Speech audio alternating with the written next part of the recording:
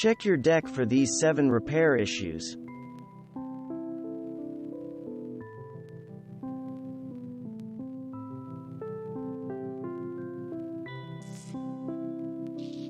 Wood needs to be maintained often, which includes cleaning, sanding, polishing, or painting. Here's how to inspect. One of the most common problems with aging decks is something called nail pop. Wood boards or planks on older decks are often secured with nails, which are prone to popping up throughout the year. This is caused by wood expanding and contracting during temperature changes. The contraction and expansion force the nail to squeeze or push up and out of the wood. Of course, these should be nailed down or, better yet, replaced with screws, which will make things tighter.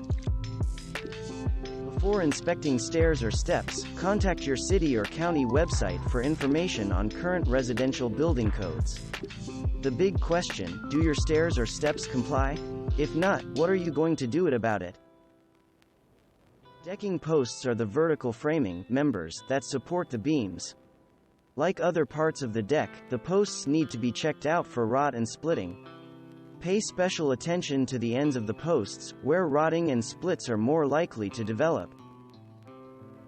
Like the stairs, you might want to check your city or community website for information on current residential building codes to see if your railings are compliant. Unlike horizontal deck boards, the surface you walk on and upon which furniture sits, vertical railings don't get roughed up nearly as much. However, they can warp, twist, or break. If the boards of your wood deck are discolored, usually gray, it is probably time for a good cleaning. Experts recommend washing a wood deck at least twice a year, preferably in the spring and fall. If it is more weathered, then boards may need to be replaced. In addition to giving the deck a thorough cleaning, it may be time to paint or reseal it.